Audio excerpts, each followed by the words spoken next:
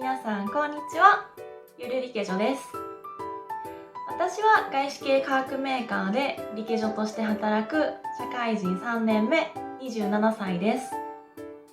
今回は私リケ女の転職体験談についてお話ししたいと思います。私は社会人2年目25歳の夏に転職をしました。その時の体験談について皆さんとシェアしたいと思います。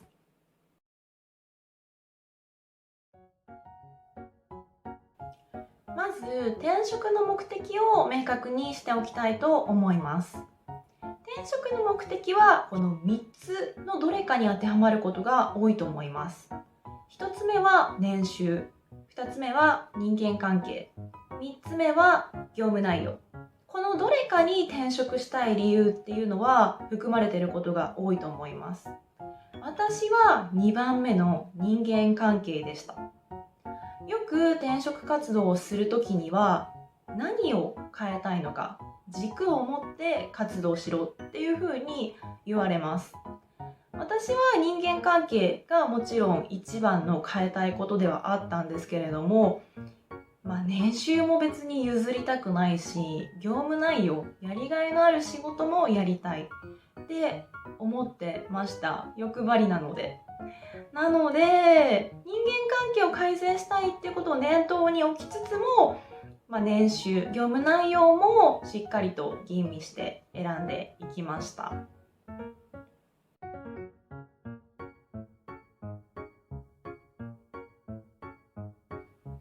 では実際に私が行ったアクションとその体験談についてお話ししていきたいと思います。まず転職したいって決めてから転職サイトに登録しました。私の場合はデューダとビズレイチ、この2つに初め登録しました。後々は転職先の口コミだったりを調べるためにオープンワークスにも登録しました。オープンワークスは自分の職歴だったりとかスキルを転職希望者を探している人材紹介会社の人が見れたりするので、その方々から逆に仕事のオファーをいただくっていうこともあったので、初めから登録しておけばよかったなっていうふうに思いました。あとは外資系企業なんかも視野に入れてる人は LinkedIn っていうものに登録すると良いと思います。私も周りの人に勧められましたし、そこに登録しておくだけでオープンワークスと同じように自分の職歴だったりプロフィールを公開できるので、たとえ転職を考えてなかったとしても人材を探している企業側からスカウトされたりっていうようなチャンスが舞い込んでくることもあるみたいです。そして転職サイトに登録した後は数人のアドバイザーやヘッドハンターと面談をしました。面談とは言ってももうコロナが起きた後でしたので、ほとんどオンラインで行ってました。定時に基本は帰って、そこから家で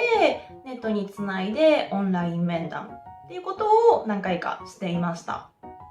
ここで注意しておきたいのは、その転職サイトから登録できるアドバイザー、エージェントっていうのは基本的には私側、転職希望者側の希望を聞いて実際に募集がある企業情報を厳選して私に紹介してくれます。一方でヘッドハンターっていうのは企業側の人間なんですよね。企業側からこういう人材を探してきてくれっていうような仕事をもらって、人材紹介会社のヘッドハンターの方が転職サイトに登録している人のプロフィールを確認して、企業側が求めている条件、それに当てはまる人にスカウトだったりオファーの連絡を送ります。なのでどっちスタートなのか、転職者側の希望を聞いて始まるのか、企業側の希望を聞いて始まるのかっていう違いがあります。その面談を終えて履歴書を作成しました。転職の場合は履歴書プラス職務経歴書というものが基本になります。この2つを基本応募する会社に提出します。で、外資系企業を考えている場合はこの履歴書と職務経歴書が一つになったようなもの、CV だったりレジュメっていう風な呼ばれ方をするんですけれども、これを英語で作成します。ある程度見本があるので、その見本を参考に作成した後、アドバイザーの方であったりヘッドハンターの方に添削してもらって清書書きしていきました。基本は Word で作成して PDF で提出するっていう形でした。私初めは転職サイトに載っている企業の募集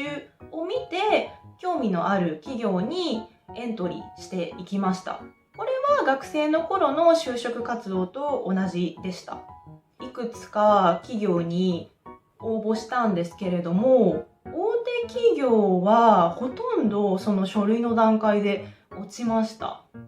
私今でも謎なんですけど、履歴書も職務経歴書も自分ができる限り精一杯書いて、でプロのアドバイザーの方にも添削してもらって結構完成度高いはずなのに、なぜか書類で落ちるんですよね。基本的に前提として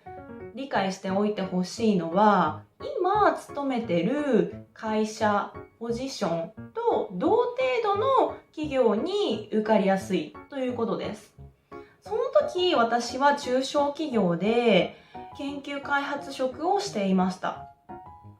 ですので同じような中小企業で研究開発職っていうポジションであれば受かりやすかったです。書類も通りやすかったですし、その後の面接も話は結構スムーズに進みました。で、それと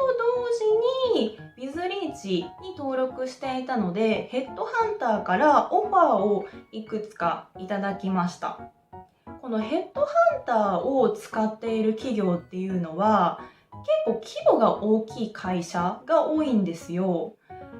規模が大きい分、人事部の仕事量も大きくなってしまうので、人を探してくるっていう業務をそういう人材紹介会社に依頼するっていうことが多いです。ですので、このヘッドハンターからいただいたオファーは割と条件面でいい仕事が多かったです。外資系企業が多かったですね。で、なんでかっていうと、このヘッドハンターっていうのは合格した人の想定年収の 50% から、多くて 70% ぐらいがそのヘッドハンターの報酬になるんですよ、企業からの。なので結構いい案件が多かったりとか、ヘッドハンターの方も結構ガチで探しに来てる感じですね。なのでその方からオファーいただいた、スカウトいただいたっていうことは結構その時点でもう私がその企業が求めてる人材に近いということになります。ですのでそこからヘッドハンターの方とお話しして、それぞれ求めてる条件が合致していればスムーズに話は進んでいきます。